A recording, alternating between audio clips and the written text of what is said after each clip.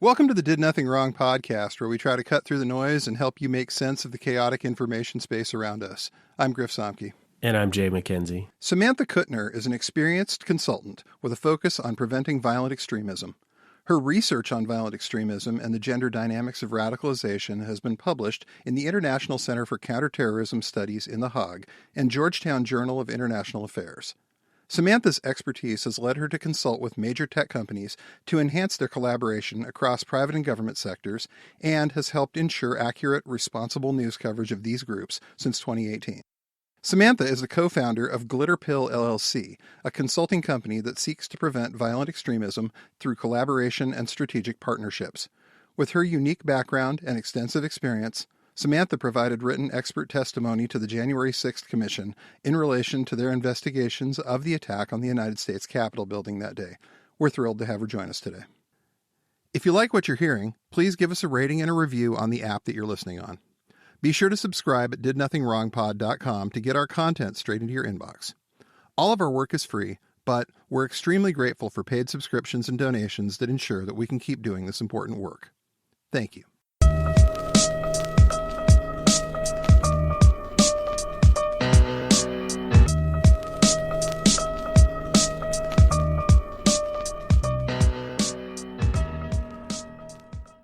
Samantha, welcome to Did Nothing Wrong.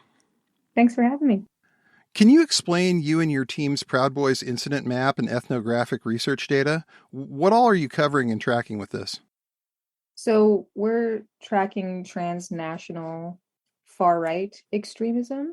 We have incidents of not just Proud Boys, but the broader milieu of extremist movements and decentralized networks. And we don't use a list-based analysis. We look at behavior in groups, and our general definition is violent extremism as the violent denial of diversity, which gets around some of the more political topics in covering violent extremism. And we've been doing that separately since about 2017, 2018, but my co-founder Bjørn Ihler and I kind of pooled forces in 2019 and started consolidating what we had together with not just Proud Boys incidents, but the global far-right movement. Right. Because there's a lot that's out there right now that doesn't necessarily fit under the category of Proud Boys. You've got quite a few of these people showing up in Europe, England, Australia, etc. So there's quite a lot out there. What are you seeing in the way of trends towards these days with this? Well, the Proud Boys are often at the forefront of movements before they metastasize and violent extremist image events, things designed for the public spectacle. So you'll see late 2021, early 2022, Proud Boys disrupting school board meetings with like signs that were protesting against grooming and things of that nature. And, you know, a few of the more accelerationist contingents were in Florida at the anti-Disney protests. And at the time, people thought it was absurd and weren't taking it seriously. And now it's escalated to the point where legislation is people are calling for the eradication of trans people at major political events. So building momentum for narratives and movements is how you see their offline behavior, like fueling that. For specific incidents, a lot of Proud Boys chapters will have events simultaneously in different cities. And we think, based on the data that we've collected, that's to maximize their visibility and make them seem like they are more numerous than they might be in reality. There's not really an accurate tally of how many members exist at the moment. No, of course. But they will always try to inflate those numbers to gain more momentum and recruit. Right. And if you have many cities, many areas around the country and around the world where you're doing an event all on the same day, you can definitely count on some media coverage that will help it look even bigger. We've seen that with groups like Goyim Defense League, who send 7 guys out on a bridge to drop a banner and manage to get national news coverage and international in some cases for that. So yeah, that definitely makes sense. Did you deal with that much with January 6th? Because I know the Proud Boys were obviously at the Capitol and were heavily involved, but there were supposed to be more events around the country at different state houses, and there was a little bit, but nothing really popped up. Were the Proud Boys attempting to do more on January 6th that just didn't really come off, or were they entirely focused on DC? They weren't entirely focused on DC. They were planning, and they did have incidents at other state legislators. What we saw were a lot of the cities that had Stop the Steal movements also had that type of activity. So that's just kind of, not, you can't predict that with certainty, but there is an overlap between how many people claim that the election was stolen and how many people were willfully disrupting the legislature. But that also goes back to 2019. So if you go back into the Proud Boys incident map data, Proud Boys were more or less focus testing this level of disruption in the Pacific Northwest region first, and then in other cities. That makes sense. Right. Yeah. Being up here in the Pacific Northwest, I'm in Seattle, and I remember seeing a lot of this stuff very early on in 2017. We were hearing about Proud Boys chapters forming in areas around me, and it was kind of a little bit like disconcerting, but considering the history of the region, we've always gotten a lot of this kind of stuff first when it comes to extremists like this. Mm-hmm. So how is your research different from the usual journalism that we see in the reporting that we see on the Proud Boys? I know you've been quoted quite a bit in stories about right-wing extremism, and I mean, you've covered all sorts of topics, and it's really interesting to read through that. But I know you conduct a lot of interviews, you talk to people, you try to understand what motivates them, but how is your understanding of what draws people into these movements, and how does it better inform you on your research and the information that you glean from these people? Yeah, so as someone who was part of the Chabad community in Las Vegas, of all places, I was very interested in understanding religious fundamentalism, the literal interpretation of biblical texts. Because whenever you take a document and make this static, ever-present thing in the modern era, you're going to have a lot of interesting contradictions, or like people pivot in all sorts of ways to justify things that don't necessarily fit into our current times. So my early research was focused on foreign terrorism. But after Charlottesville, when a student at my university became the poster child for the Unite the Right rally, I decided to switch to studying domestic terrorism. And at the time, people really weren't seeing the Proud Boys as a domestic terrorist entity, but I saw them pivot from their activity in Charlottesville and their claims that the members who were there weren't really members, and the group was a misunderstood fraternal drinking organization. So some of my early questions were, what is the reality of being a member? And because I had experience with facilitating rapport as a writing center consultant, some of my early research was how to reduce student anxiety surrounding writing center papers. So we had to acknowledge our limitations, that we were not therapists, nor could we act in any capacity as therapists. But there were certain principles of Rogerian listening and active listening that could help decrease student anxiety. And to my was very happily surprised that also translated into conducting ethnographic research with people who would have been incredibly hostile to outsiders like me. So the level of access that I have to Proud Boys is unique, and there is an understanding that there's not going to be doxing, because I still had to adhere by IRB standards, but I really sought to understand the worldview well enough that in the future I could be a positive force for helping facilitate disengagement. So my insights are really focused on care and accountability. And I think that balance of both is something that enhances or can enhance, has enhanced in the past, certain journalistic coverage of the group when this new phenomenon, this new group, and they're engaging in really strange behavior. How do you make sense of it? That's where I think I stepped in to help fill the gap. Speaking of trust, you've stated on your website that you have dedicated your life to, quote, helping people leave violent extremism and white supremacy. It's a lofty goal and an important one, but there are plenty of issues out there with false prophets who claim to be part of the solution and end up becoming part of the problem. What do you tell people when they're trying to figure out who they can trust in your line of work? Don't be Jim Stewartson. Now you've done it. We're all on the list. In all seriousness, there need to be people out there that others can trust on the quote unquote other side when they're ready to leave. And it's an incredible disservice to be motivated for reasons other than genuinely wanting to help someone in a moment in need. For me, my guiding philosophy is that there needs to be a place where a Proud Boy or another extremist having a moment of doubt can meet with someone and really think through something before they take an action that can't be taken back.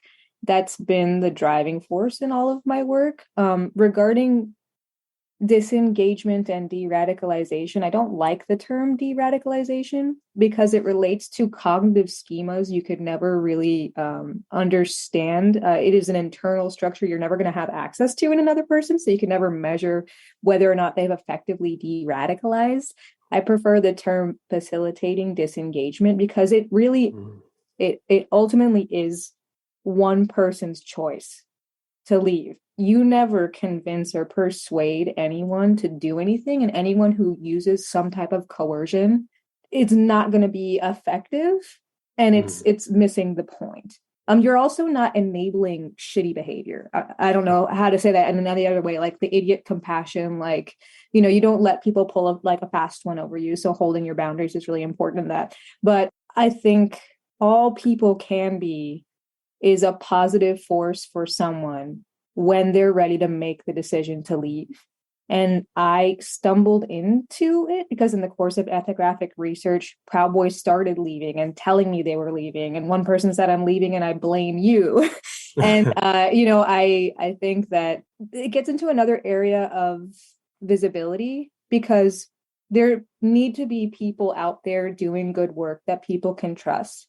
But anytime someone reaches a certain level of success, there seems to be like a mob that like automatically questions their their sincerity. And I mean, I'm not saying that shouldn't exist, but people need to be more open to a diversity of tactics in the fight against fascism, and understand that people don't get put on kill lists for doing this work if they don't genuinely care about what they're doing. And obviously with false prophets, it is really good to, because I got a crash course in everything not to do with the first organization that I was a part of. I would ask people like the way you're asking me right now, like, why do you do what you do? What motivates you? Because I think with that question, the way somebody answers it, especially if they're very public in their just disengagement and de-radicalization work,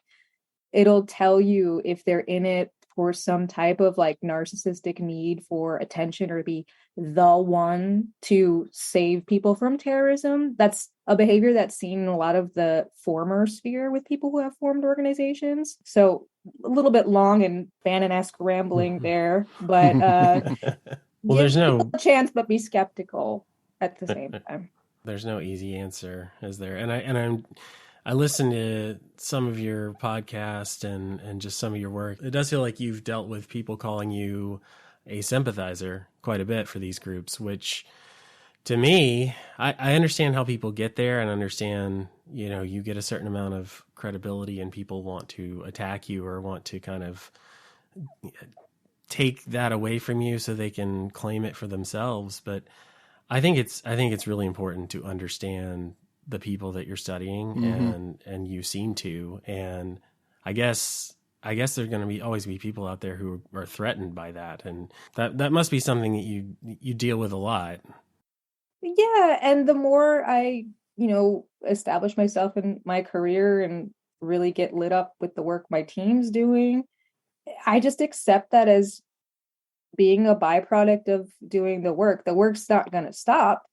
I have, I don't know, 6,000 followers on Twitter, which is arguably not enough. But if I mean, not enough, not a lot. But if well, both, honestly. But if I were to think about every one of those individuals and their opinion of me, I would never be able to do the work that I'd be able to do. Also, regarding being a fascist sympathizer, I try to emphasize that empathy is not an endorsement of abhorrent views. It's just a way to understand how someone comes to those views.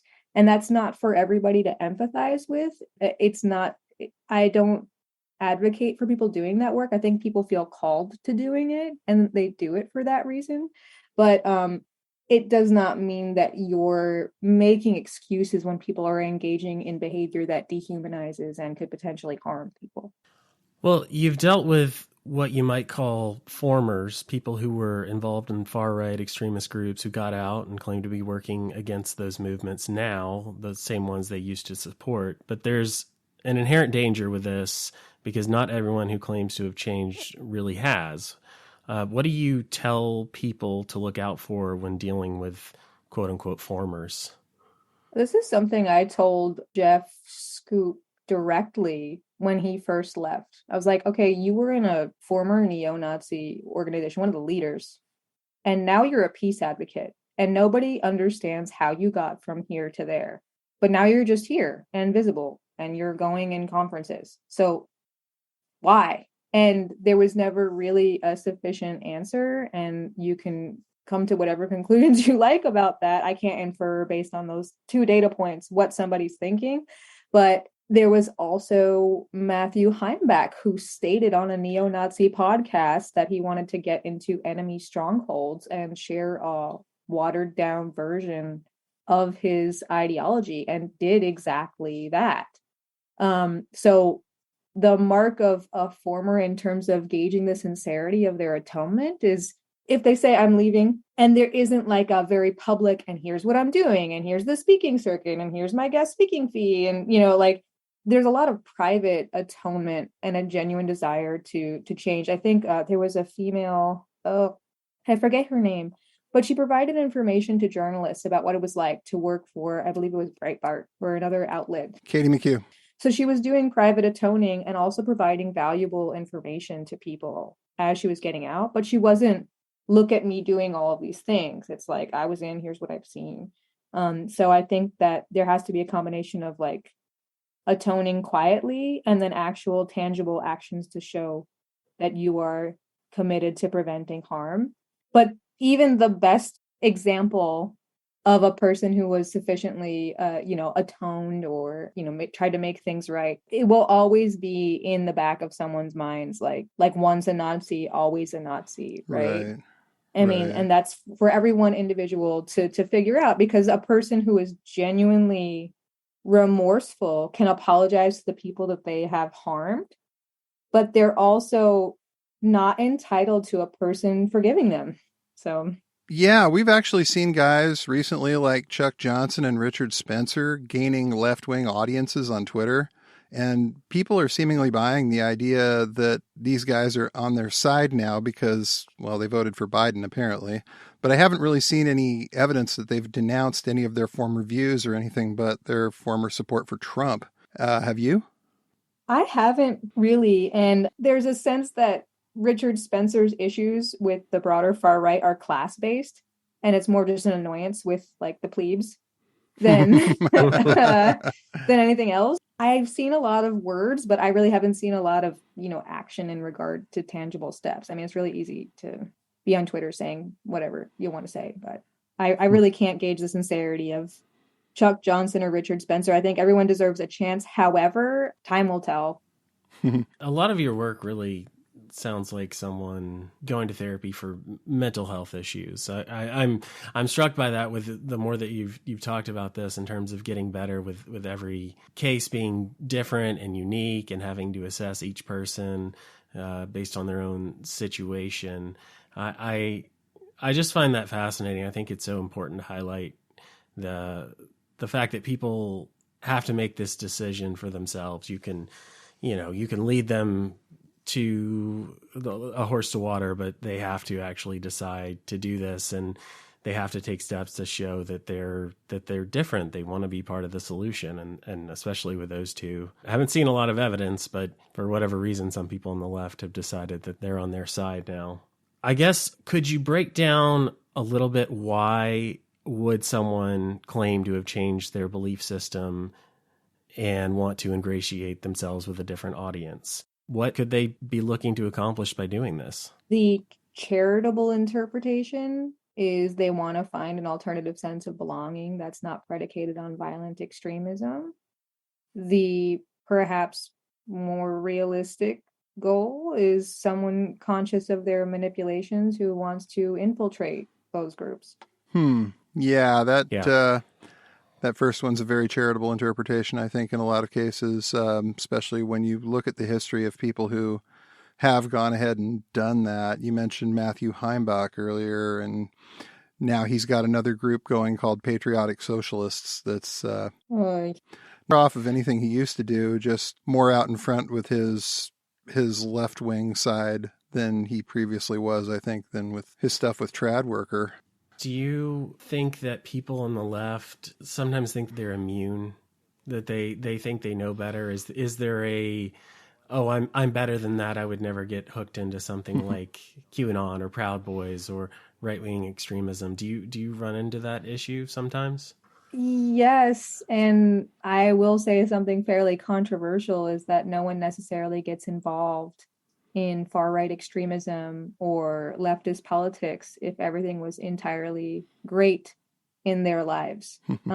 Sometimes the recognition that society is askew comes from personal events in your life where you may or not feel powerless. And I think a lot of leftist activism comes from an anger and outrage and a desire to affect change, but sometimes a way to distract themselves from their own sense of powerlessness at times. And I think that I would never do that. Like people who say, I would never cheat on my boyfriend or girlfriend. It's like, one, you have to have a boyfriend or girlfriend. Two, you only know who you are in a situation when that situation presents itself.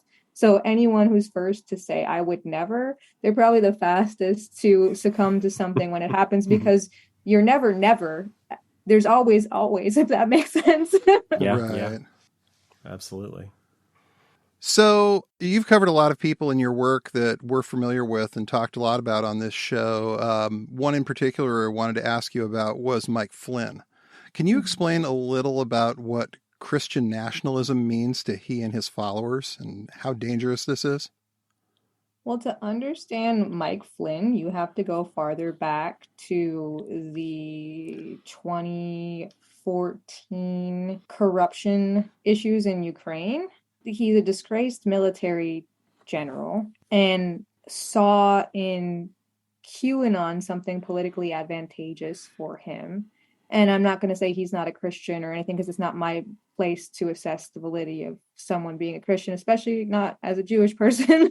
But I think that very similar to the Proud Boys, he saw it as a way to get into new audiences and really like a way for mass mobilization to occur. I think that his belief system is more on fighting what he perceives to be a corrupt government than it is as ideologically driven as people would think. How involved would you say Mike Flynn is with the Proud Boys? You did an interview with the Tampa Bay Times where you said of the two that they're trying to engage in local politics because that's where the fight is now. What are they looking to gain with these local fights? Well, after January 6th, the fight went down to the more local level. So trying to put more people in office who harbor extremist views and don't necessarily believe in democracy or supporting democracy. It's very kind of Bannon-esque in that you're trying to elect anti-establishment figures to established positions, to actual official positions where you have to legislate and create policies and think about your constituents. So it is part of that strategy. I mean, the fact that the Republican Party now has to pander to an increasingly more radicalized base with people who harbor views that are really counter to the reality of January 6th. It really is building a group of loyalists to whatever new, I don't want to say regime because that sounds incredibly dramatic, but the new party, the new, populist leader that's forming, whether that's DeSantis or Trump, I don't know yet. Well, speaking of that, how do you expect the Proud Boys to be deployed in the upcoming elections? Do you think they have a preference between Trump or DeSantis? And do you think they'll just support whoever the GOP nominee is? So I'll tell you a story about my chat with Enrique Tarrio. It was late 2020. Enrique Tarrio, the current and or former chairman of the Proud Boys, depending on who you talk to. And it was after Trump denounced, soft denounced Proud Boys. It was after the stand back and stand by comments where even his staffers were probably like, you need to do something about this. You can't just fucking say that. So Trump, kind of pulled back his support, and then he got COVID. Right. And I asked Tarrio how he felt about Trump getting COVID, and he said, well, he doesn't endorse us anymore, so a little flu couldn't hurt. And it really it really does highlight the opportunism of the group, that Trump is the thing that gave them power, and it is the thing they continue to return to. But if they sense that the winds are blowing in a different direction, they will do the other thing. And you see this in their rallies as well. During one year, probably you could get whiplash. They were, dressed in boogaloo gear, and they're very anti-cop, and I don't know if you know the boogaloo slang of what do you roast at a luau? Yes. So they were doing that and engaging that way, and then going to these pro-cop rallies. They're just kind of I think they were just trying to hedging their bets, who's gonna be more supportive, and they'll adopt the aesthetics of whatever group is gaining momentum, because their ideology isn't super coherent. It's more about visibility and coverage. Right. How very accelerationist of them. Exactly. You nailed it. I think Matthew Kreiner and I at the Accelerationist Research Consortium have talked about classifying Proud Boys as an accelerationist activity, because New Right doesn't fully capture it either. Mm-mm. It's something I definitely want to revisit with him in the future. Yes. Yeah. I did want to follow up something we were just talking about, because I imagine you talk to lots of Republicans, lots of Democrats, and I know there's a pretty kind of big divide, maybe growing divide, between House Republicans and Senate Republicans. And Senate is much more moderate, isn't going to endorse a lot of the things that Kevin McCarthy is allowing to happen in the House.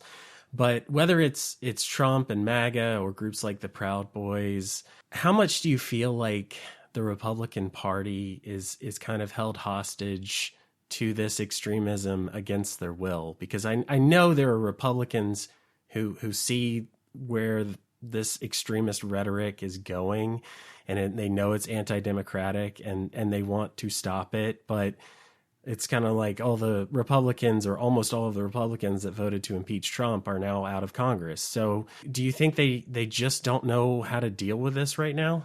Considering the fact that most politicians will say whatever they need to say to secure power, and don't really have a spine to begin with, I think that there are very cowardly individuals who may know right from wrong, but just, take the path of least resistance and not do anything. That, for a while I was like, why are they not standing up?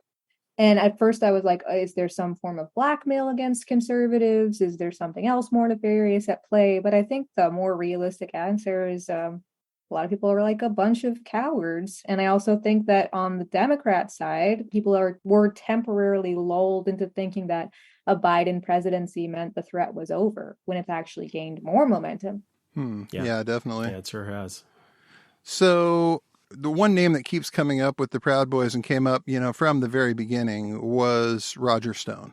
How important do you think guys like Roger Stone and the InfoWars network have been in growing the Proud Boys movement?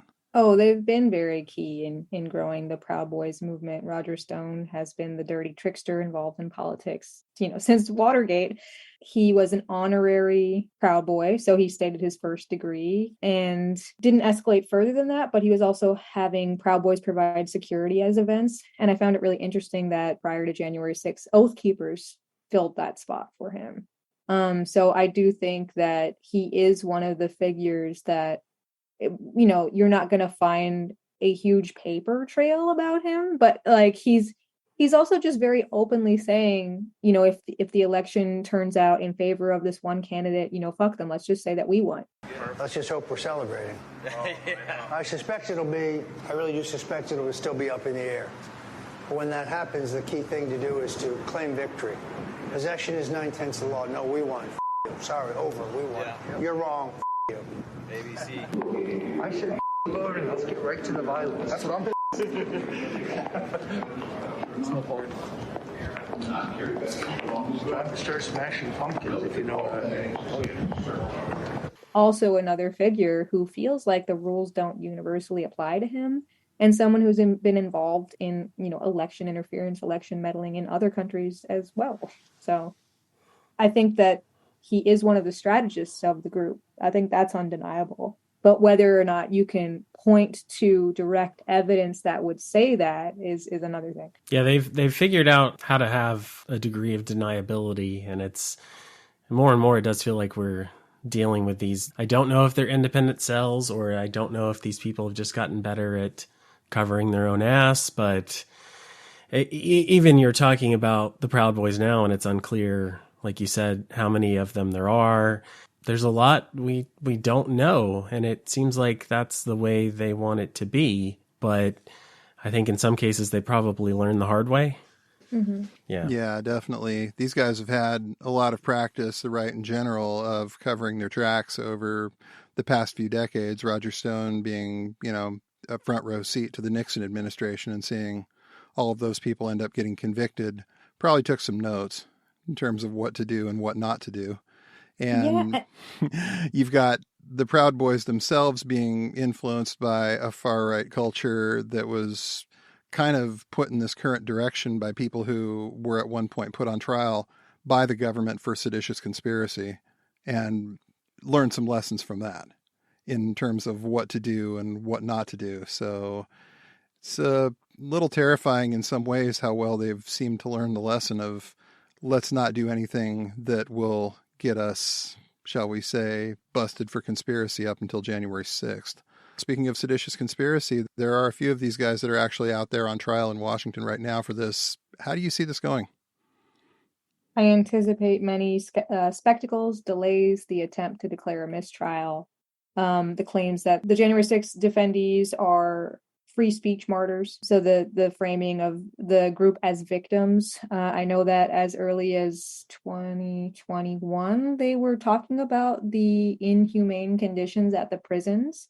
I do hope that whoever is involved in the prisons, not as a counter narrative win, but just in general, make sure that there's no evidence that they could claim that the Proud Boys are being mistreated, even though they'll try to find that evidence. I just see everything that is at their disposal in terms of plausible deniability tactics, crypto-fascism, attempts to use the coverage itself as a way to recruit is the thing that I'm most concerned about in the trial. Like if Gavin McInnes gets to go on the stand and speak, he's going to propagandize the group. And I've reached out to certain people to be the counter to that, should that happen.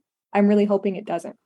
Right. Yes. But regarding Gavin McInnes, in our written expert testimony for the January 6th committee, we have an entire section on him because, like Roger Stone, who was taking notes during Watergate, McInnes attended a different conference where they were also looking at positioning and ways to move away from the Jewish question and things of that nature, way before Proud Boys formed. So that might be worth looking into as well.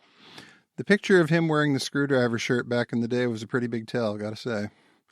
Mm-hmm. Just aren't too many people who are big fans of that band that don't really come down on that somewhere. So I have to ask you this because we broached the topic of anti-Semitism, but I am both impressed by the fact that you do this work, being a Jewish woman, it has to make your job harder. And I did want to just ask, are there any stories related to that, or is it just something that you sort of power through, or is it something that you have to deal with a lot, because we know you're dealing with people who are very clearly anti-Semitic? I think that the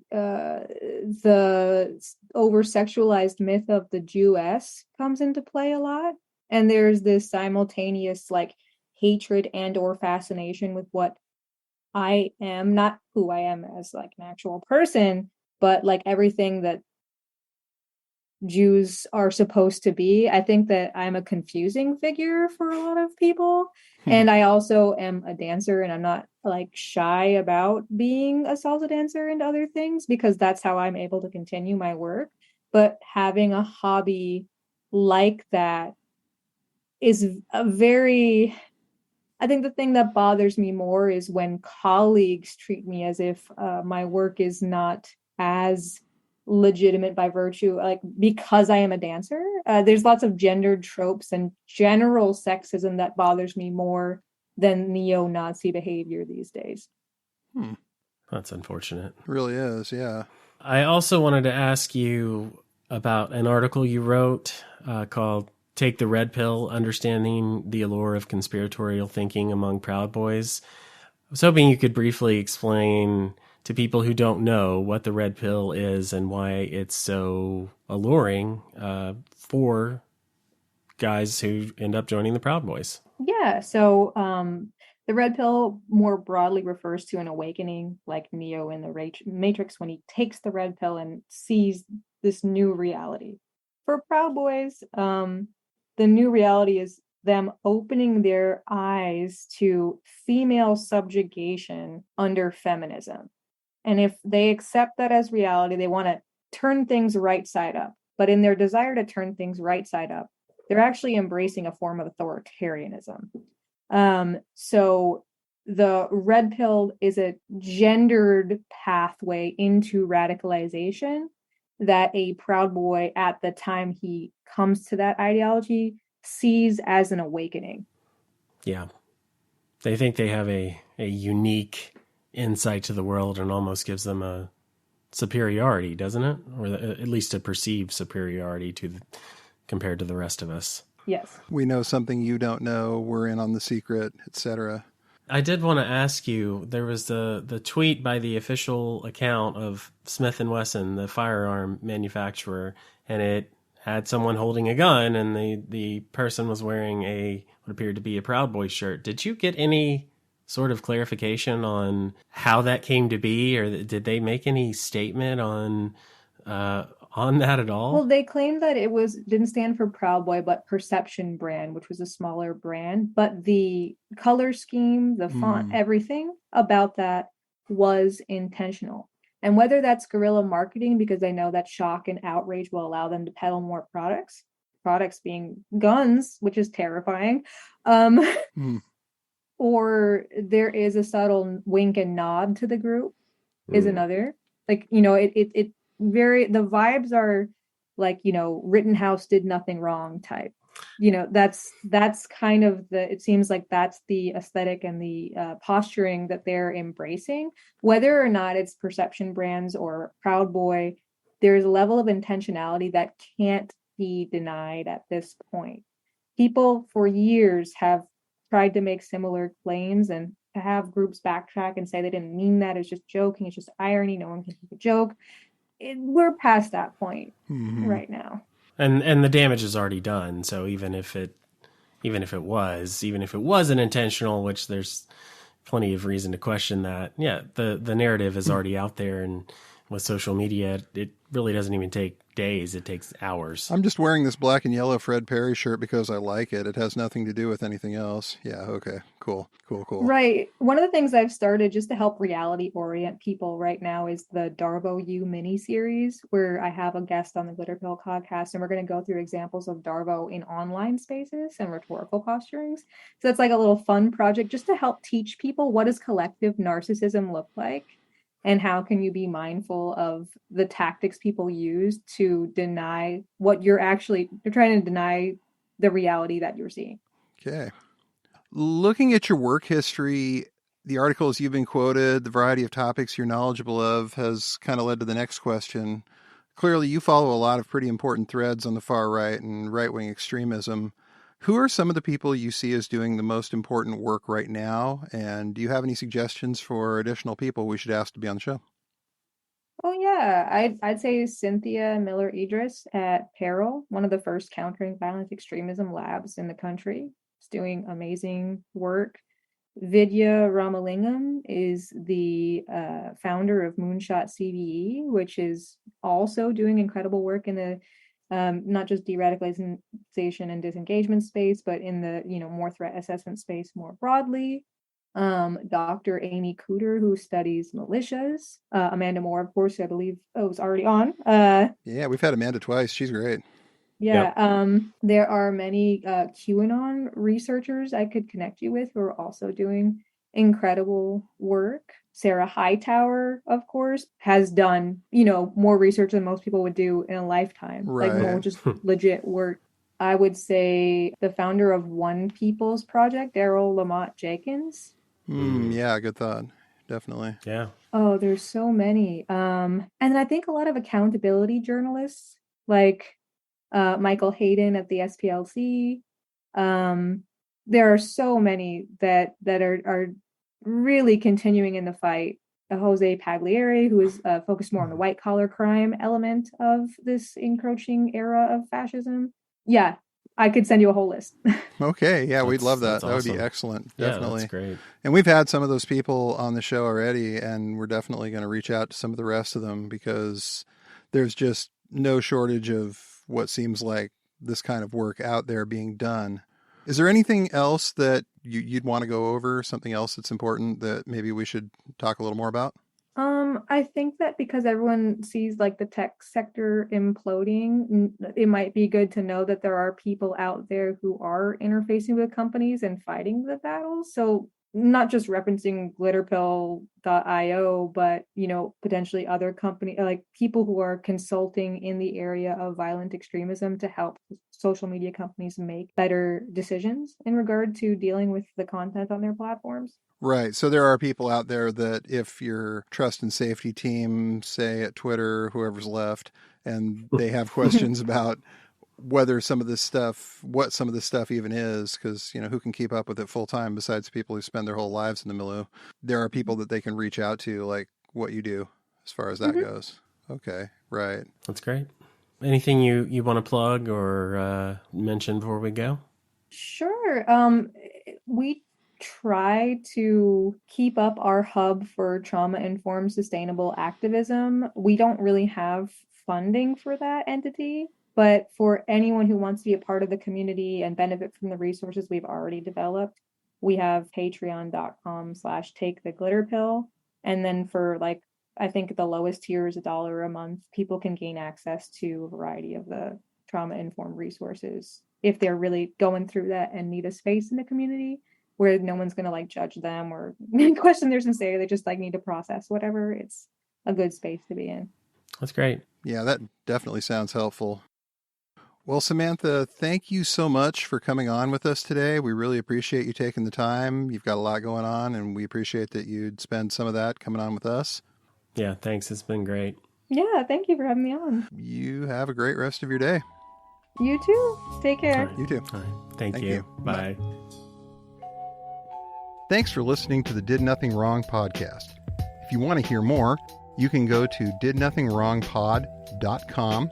You can also follow us on Twitter at James, the word 4, and the letter M, all one word, and Grizza BJJ, Grza BJJ, as well as DNW Pod. Thanks again for tuning in, and remember, everyone mentioned did nothing wrong.